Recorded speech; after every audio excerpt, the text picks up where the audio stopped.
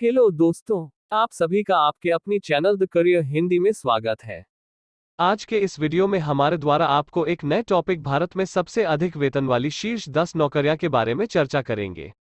अगर अभी तक आपने हमारे चैनल को सब्सक्राइब नहीं किया तो आप हमारे चैनल को सब्सक्राइब करें और वीडियो को लाइक करना और शेयर करना ना भूलें। वो समय गया जब लोगों के पास अच्छे करियर के नाम पर सिर्फ डॉक्टरी और इंजीनियरिंग ही विकल्प होते थे।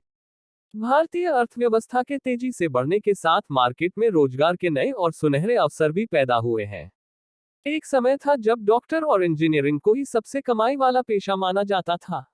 लेकिन अब लोगों के पास कई ऑप्शन हैं। आइए आज हम देश की 10 सबसे ज्यादा सैलरी वाली जॉब्स के बारे में जानते हैं।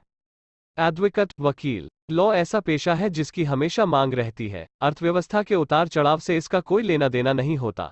लॉ में कई फील्ड्स हैं जैसे क्रिमिनल, लिटिगेशन, कॉर्पोरेट आदि। कॉर्पोरेट लॉ का कंपनियों से संबंध होता है और इस तरह के प्रोफेशनल को जबरदस्त सैलरी मिलती है।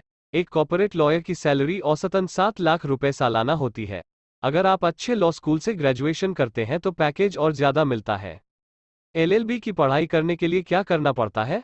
अगर आप 12वीं के बाद एलएलबी की पढ़ाई करना चाहते हैं तो आपका 12वीं पास होना बहुत जरूरी है, जो 5 साल की होती है। यदि आप 12वीं के बाद एलएलबी कर रहे हैं तो 12वीं में आपके 50% होना चाहिए। आप ग्रेजुएशन के बाद भी लॉ कर सकते हैं जो 3 साल का होता है।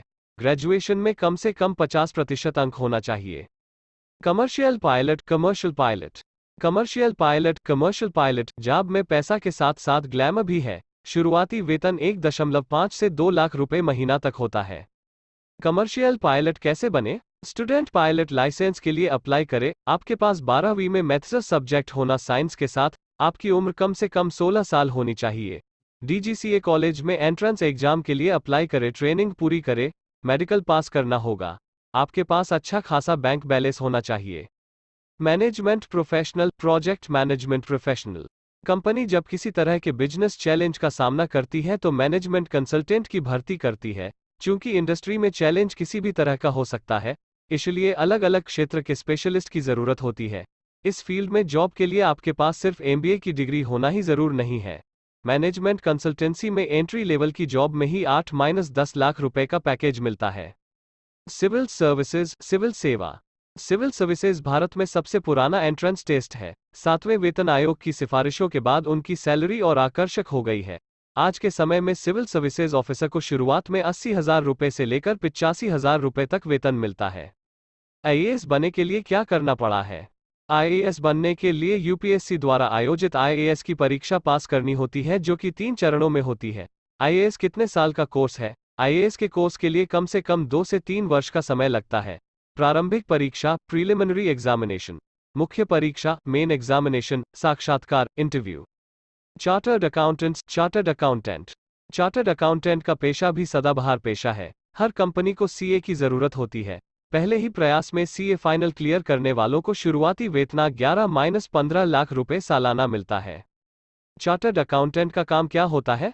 सीए का काम वित्तीय लेखा जोखा तैयार करना, वित्तीय सलाह देना, ऑडिट अकाउंट का विश्लेषण करना और टैक्स से संबंधित काम करना होता है। टैक्स के भुगतान का हिसाब किताब भी सीए के जिम्मे होता है। Merchant navy, merchant navy. Merchant navy वो लोग होते हैं जो कमर्शियल जहाजों पर जॉब करते हैं। इसमें आपको 6-9 महीने तक समुद्र में रहना पड़ेगा। भारत की यह सबसे ज्यादा सैलरी वाली जॉब में से एक है। जूनियर इंजीनियर को 30,000 रुपए सैलरी मिलती है। 6-7 साल के अनुभव के बाद करीब 1.5 लाख रुपए तक सैलरी मिलती है। मर्चेंट नेवी में कैसे जाए?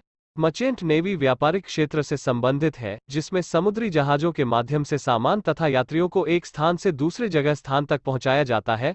मर्चेंट नेवी में सरकारी और प्राइवेट दोनों तरह की कंपनियां कार्य करती है। नॉटिकल साइंस या मरीन इंजीनियरिंग डिग्री कोर्स हेतु अभ्यर्थियों को जेईई उत्तीर्ण करना होता है। इसके पश्चात बीएससी नॉटिकल साइंस के लिए टीएस चाणक्य, मुंबई और मरीन इंजीनियरिंग कोर्स के लिए एमईआर राय, कोलकाता में प्रवेश मिलता है। कोर्स में प्रवेश से पूर्व स्वास्थ्य परीक्षण प्रक्रिया में सफल होना अनिवार्य है। इस परीक्षण में मुख्य रूप से आईसाइट 6/6 होना चाहिए। कंपनी सेक्रेटरी, कंपनी सचिव। सीएस का full form company secretary. Company secretary को कंपनी सचिव कहा जाता है। किसी भी कंपनी की सफलता के पीछे कंपनी सेक्रेटरी का बहुत बड़ा योगदान होता है। भारत की ज्यादातर कंपनी जो करोड़ों का व्यापार कर रही है, वे एक कंपनी सेक्रेटरी निश्चित तौर पर नियुक्त करती है। भारत के लाखों विद्यार्थी इस कोर्स को करना चाहते हैं और अच्छे बड़े कंपनी में कार्यरत होना चाहते हैं। संचालन बोर्ड, एसोसिएशन या फेडरेशन अथॉरिटी, सभी को कंपनी सेक्रेटरी की आवश्यकता होती है। किसी भी संगठन का कंपनी सेक्रेटरी उसके कानूनी गतिविधियों और जरूरी कार्यक्रमों का ध्यान रखता है। कंपनी सेक्रेटरी को 28,000 रुपये से लेकर 40,000 रुपये तक हर महीने सैलरी मिलती है। Computer science and engineering, computer science and engineering. तकनीकी क्रांति और टेक स्पेस में यूनिकॉर्न कंपनियों की बढ़ती संख्या के कारण कंप्यूटर साइंस इंजीनियरों की बड़ी डिमांड है। Amazon, माइक्रोसॉफ्ट, गूगल और फेसबुक जैसी टेक कंपनियां बड़ी संख्या में भर्ती करती हैं। सैलरी पैकेज लाखों में होता है। कंप्यूटर साइंस का कोर्स कितने साल का होता है? बीएससी कंप्यूटर साइंस में करियर कैसे बनाए? BSc computer science bachelor degree course है।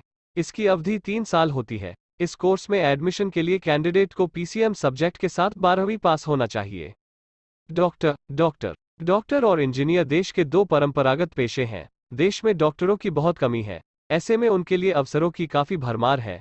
एक डॉक्टर अगर अपनी प्रैक्टिस भी करता है तो हर महीने लाखों में कमाता है। डॉक्टर का कोर्स कितने साल का होता है? डॉक्टर बनने के लिए एमबीबीएस की डिग्री होना जरूरी है। चिकित्सा के क्षेत्र में घुसने के लिए यह एक एंट्री कार्ड जैसा है। आमतौर पर यह 5.5 साल का एक कोर्स होता है जिसके साथ 1 साल की इंटर्नशिप करनी होती है। एमबीबीएस या बीडीएस करने के लिए आपको नीट परीक्षा देनी होती है।